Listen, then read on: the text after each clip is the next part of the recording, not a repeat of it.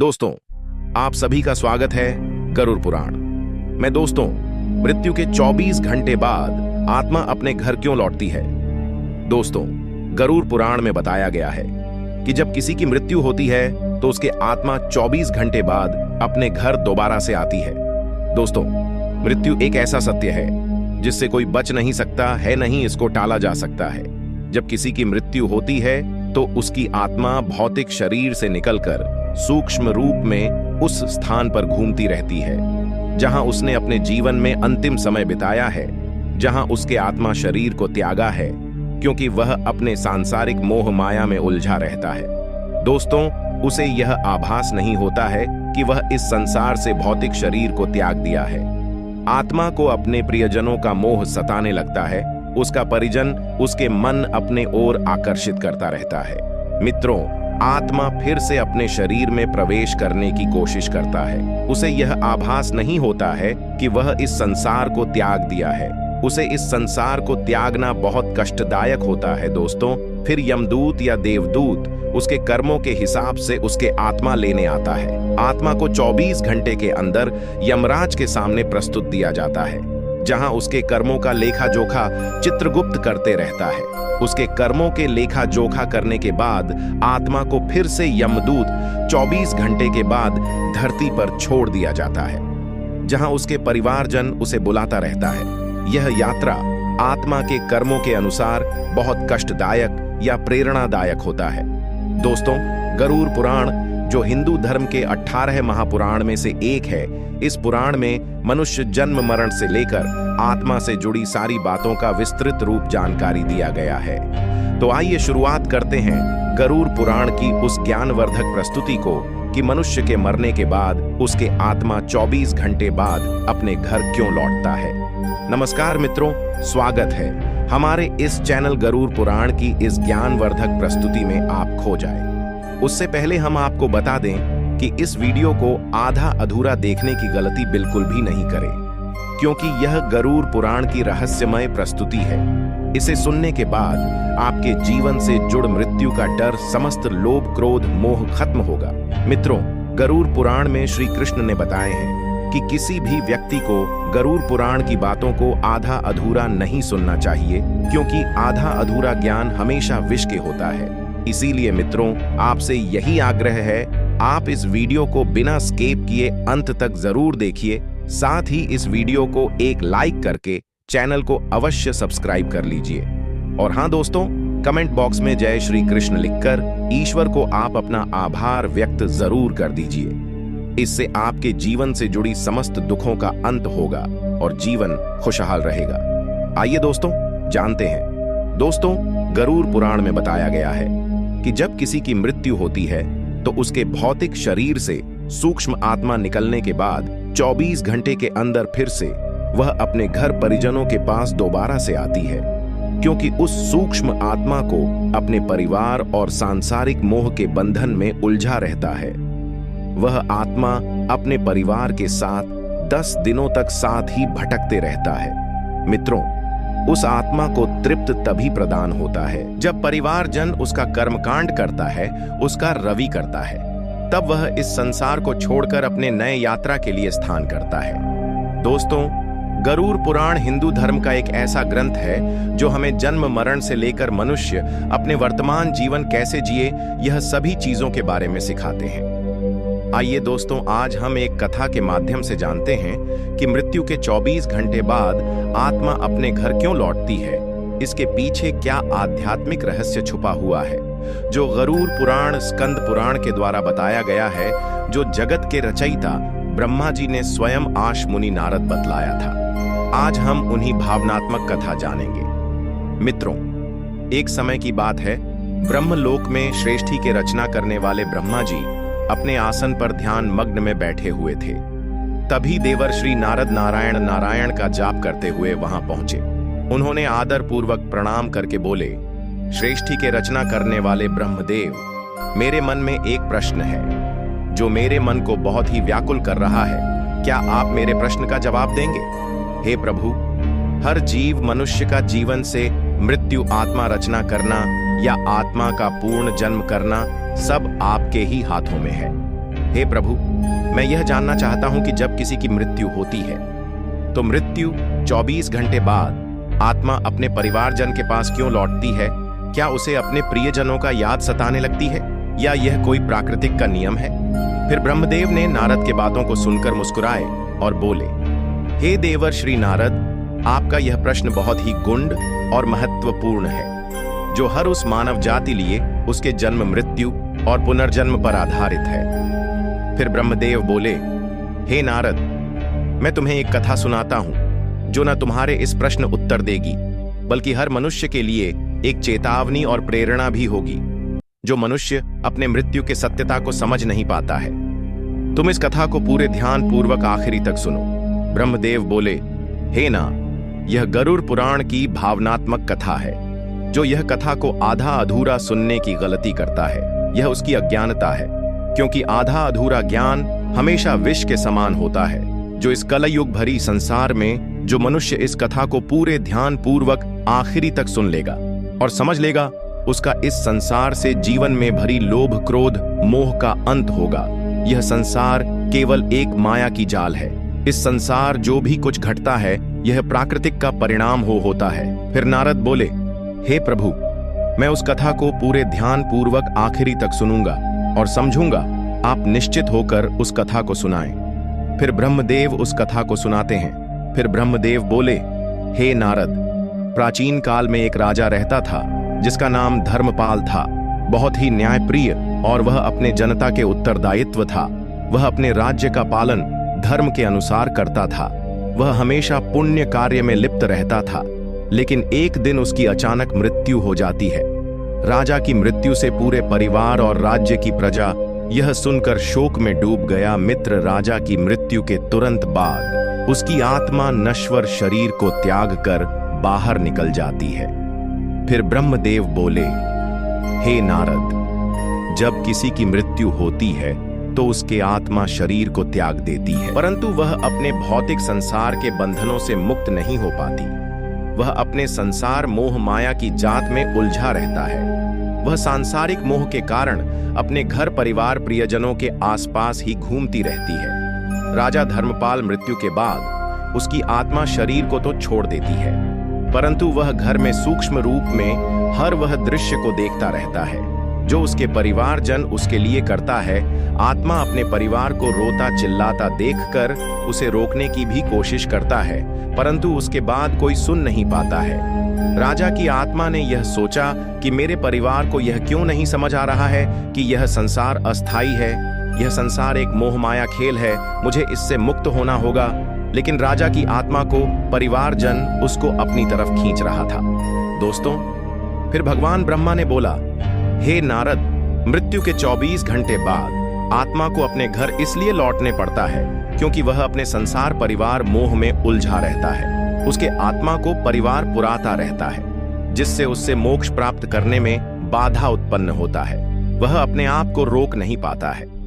जब राजा की आत्मा मृत्यु के 24 घंटे बाद अपने परिवार के पास आता है तो यह देखता है कि उसके परिवार, उसके पत्नी आंसू से भरी हुई है। उससे पत्नी बार बार कह रही है, हे राजन, आप हमें छोड़कर क्यों चले गए? हमारा क्या होगा?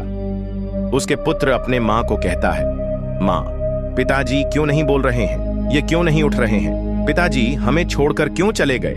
क्या कभी नहीं आएंगे? राजा की यह आत्मा ने यह देखकर अत्यधिक भावुक हो जाते हैं। वह सोचते हैं कि काश हम इसे यह समझा पाते कि शरीर नश्वर है, यह संसार एक परिवर्तन का खेल है, यह आत्मा अमर है, यह एक शरीर को त्याग कर दूसरे शरीर में प्रवेश कर लेता है। मित्रों, फिर ब्रह्मा जी बोले, हे नारद, यह दृश्य आत्मा के लिए अत्यंत पीड़ादायक होता है। राजा की आत्मा ने यह सोचा कि क्या मैं इतना कमजोर था कि अपने परिवार को इस स्थिति में छोड़कर चला गया? क्या मेरे जाने से यह सब खत्म हो जाएगा? जब राजा की आत्मा मृत्यु के 24 घंटे बाद अपने घर में प्रवेश करता है तो वह अपने घर के हर एक जगह में घूमता है जहां उसने अपने बच्चों को खिलाता था, जहां उसके राज्य महल में राज्य सिंहासन पर बैठकर उसने प्रजा को न्याय करता था। वह पल जहां वह अपने रानी बच्चे के साथ हर सुख दुख बिताता था, उसे वह हर एक वस्तु अपनी तरफ खींच रहा था। राजा की आत्मा ने बार बार कोशिश कर रहा था कि वह रानी और अपने पुत्र को अपनी उपस्थिति का आभास करा सके। उसने रानी के पास जाकर धीरे से कहा, हे प्रिय, मैं तुम्हारे पास हूं। तुम्हारा यह विलाप मुझे कमजोर कर रहा है। मुझे इस संसार से मोक्ष पाने कृपया करें। लेकिन उसकी आवाज रानी को सुनाई नहीं दे रहा था। उसने अपने पुत्र के सिर पर हाथ रखा और कहा, हे पुत्र, यह संसार एक यात्रा है। हर आत्मा को इसे छोड़कर आगे बढ़ना पड़ता है। तुम मेरे बिना भी मजबूत बन सकते हो। लेकिन उसके पुत्र उसकी आवाज नहीं सुन पा रहा था। फिर आत्मा ने निराश होकर अपने परिवार की ओर देखा और कहा, क्या यह मेरा मोह है जो मुझे संसार इच्छा में बांध रहा है, या उनके आंसू जो मुझे रो रो कर पुकार रहा है? नारद अब समझ गया कि मृत्यु के 24 घंटे बाद आत्मा अपने घर क्यों लौटती है। फिर नारद ने भगवान ब्रह्मदेव प्रणाम दिया और तुरंत राजा के राज्य महल में जा पहुंचा, जहां उसके मृत शरीर था, जहां उसकी आत्मा घूम रहा था। नारद को वहां पहुंचने के बाद वातावरण पवित्र और शुद्ध हो गया। उन्होंने राजा की आत्मा को सूक्ष्म रूप में देखा और बोले, हे राजन, तुम्हारा मोह ही तुम्हारी सबसे बड़ी बाधा है, जो तुम्हें मोक्ष पाने में उत्पन्न कर सकता है। हे राजन, यह संसार एक कर्मों का चक्र है।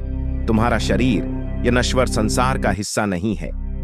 तुम्हारी आत्मा को इस मोह को त्याग कर इससे आगे बढ़ना है। लेकिन तुम्हारे प्रियजनों मोह माया तुम्हें अपने कर्मों से रोक रहा है। फिर नारद ने राजा के परिवार को समझाने के लिए अपनी वीणा उठाई और गरुड़ पुराण के श्लोक समझाने लगा।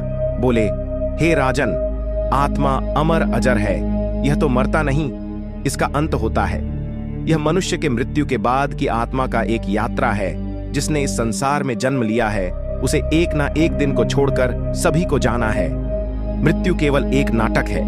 यह आत्मा का मोक्ष पाने की प्रक्रिया है। रानी और राजा के पुत्र ने नारद की बातों को सुनकर कर शांत हुआ। अफ नारद, रानी समझाया, हे राजन, तुम्हारा शोक राजा की आत्मा को बाधित कर रहा है। यदि तुम सच में उनसे प्रेम करते हो तो उनके मोक्ष के लिए तुम भगवान की प्रार्थना करो। तुम्हारा यह मोह आत्मा को अपनी तरफ खींच रहा है, जहां उसे मोक्ष पाने से संकट का सामना करना पड़ सके। धर्मपाल की आत्मा ने नारद मुनि बातों को सुनकर कहा, हे राश, मुझे अब समझ में आ गया है कि यह संसार एक परिवर्तन का खेल है। मृत्यु केवल एक सांसारिक नाटक है। मेरा आत्मा का उद्देश्य है कि इस मोह से मुक्त होकर ईश्वर की ओर बढ़ना है, ताकि मुझे मोक्ष पाने में बाधा उत्पन्न नहीं हो। लेकिन है अर्षि, मेरे प्रियजनों की आंसू मुझे रोक मोक्ष पाने में रहा है। क्या अब मैं कभी परिवार को देख पाऊंगा मित्र? फिर नारद मुनि ने मुस्कुराते हुए कहा, हे राजन, तुमने अपने जीवन में जो प्रेम और आदर कमाया है, वह हमेशा इस संसार में तुम्हारे परिवार के साथ रहेगा। तुम उन्हें सूक्ष्म रूप से देख सकते हो, लेकिन अब तुम्हें अपनी यात्रा शुरू करनी होगी। राजा की आत्मा ने अपने परिवार को अंतिम बार देखा। उसने रानी और पुत्र के सिर पर हाथ रखने की कोशिश की, पर वह नहीं हुआ। आत्मा ने कहा, हे प्रिय, तुम्हारे आंसू मुझे रोक रहे थे, लेकिन तुम्हारे मन की शांति मुझे इससे मुक्त कर दिया। मेरा प्रेम हमेशा तुम्हारे साथ रहेगा। अब तुम मुझे विदाई करो। रानी ने रोते हुए कहा, हे स्वामी, मैं अब समझ चुकी हूं कि यह संसार केवल एक अस्थायी पड़ाव है। यह एक परिवर्तन का चक्र है। मैं आपको रोकूंगी नहीं। मैं आपके आत्मा के शांति के लिए ईश्वर से प्रार्थना करूंगी। फिर नारद बोले, हे आत्मा, अब तुम संसार और भौतिक मोह को त्याग कर तुम अपने मोक्ष की यात्रा के लिए प्रस्थान करो। यह शरीर संसार नश्वर अंग है।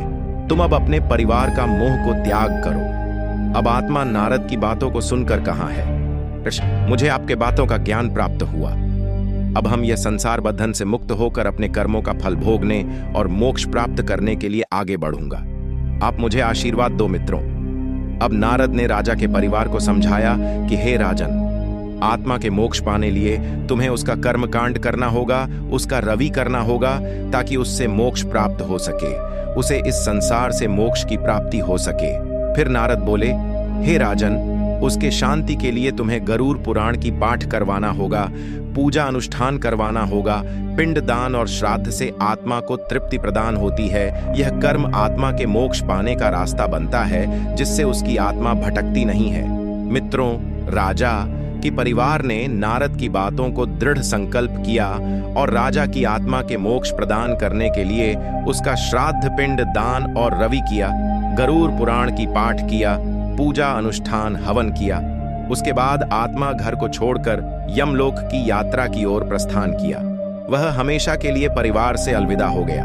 दोस्तों, यह कथा हमें यह प्रेरणा देती है कि मृत्यु केवल एक जीवन की यात्रा है। हमारा आत्मा अमर अजर होता है, वह कभी भी नहीं मरता है। मनुष्य की मृत्यु के 24 घंटे बाद आत्मा अपने घर इसलिए लौटती है क्योंकि उसके परिवारजन उसे बुलाता रहता है। परिवार को रोना चिल्लाना उसे बहुत व्याकुल करता रहता है। उसे यह समझना इतना आसान नहीं होता है कि वह इस नश्वर संसार त्याग दिया है। यह समय आत्मा के लिए बहुत ही कष्टदायक होता है। दोस्तों, यह संसार केवल एक परिवर्तन का चक्र है। मित्रों, गरुड़ पुराण हमें सिखाता है यह जीवन हमारे कर्मों का फल है। ग्रंथ में यह समझने की प्रेरणा देता है हर जीव प्राणी का जीवन नश्वर है। जो मनुष्य जीव प्राणी जन्म लिया है उसे इस संसार से मुक्त होकर ईश्वर मिलिन होना है। मित्रों, गरुड़ पुराण हिंदू धर्म के महान ग्रंथ में से एक है। यही हमारे जीवन को सही दिशा में चलने का ज्ञान देता है, जो हमें यह सिखाता है मनुष्य का जन्म, मृत्यु केवल संसार बंधन का मोह है। यह ग्रंथ न केवल जीवन और मृत्यु के रहस्यों के बारे में बतलाता है, बल्कि यह भी समझाता है कि मनुष्य अपने जीवन को किस प्रकार सही दिशा में ले जाकर जीवन को बेहतरीन बना सकता है। मित्रों, गरुड़ पुराण हिंदू धर्म का वह ग्रंथ है जो मनुष्य के जन्म मरण से लेकर वर्तमान जीवन कैसे जिए इन सभी चीजों के बारे विस्तार बतलाता है। दोस्तों, जीवन एक दुर्लभ अवसर है जिसे हम सही दिशा में ले जाकर आत्मा को मोक्ष की ओर अग्रसर कर सकते हैं। मनुष्य की मृत्यु के 24 घंटे बाद आत्मा अपने परिवारजन के इसीलिए आती है क्योंकि वह अपने परिवार के साथ कुछ दिन सूक्ष्म होकर रह सके। जब आत्मा का 13वां संस्कार होता है तो वह इस संसार को मुक्त होकर वह अपनी अंतिम यात्रा पर प्रस्थान करता है। धन्यवाद दोस्तों। गरुड़ पुराण के द्वारा सभी बतलाए गए बातों को अवश्य ध्यान में रखें और सत्य की राह पर चले। यह संसार एक मोह माया की छाल है। इससे जीवन में होने वाले मुक्ति में बाधा उत्पन्न होता है। आप अपने जीवन को सत्य धर्म की ओर अग्रसर करें, जिससे आने वाले जीवन अत्यंत सुखद और प्रेरणादायक हो। और हाँ दोस्तों, वीडियो अच्छा लगा तो इस वीडियो को लाइक करके कमेंट में जय श्री कृष्णा जरूर लिख दीजिए और हमारे इस चैनल को अवश्य सब्सक्राइब कर लीजिए ताकि हर एक नया वीडियो आप तक तुरंत पहुंचे। धन्यवाद। हर हर महादेव। ओम नमः शिवाय। राधे राधे।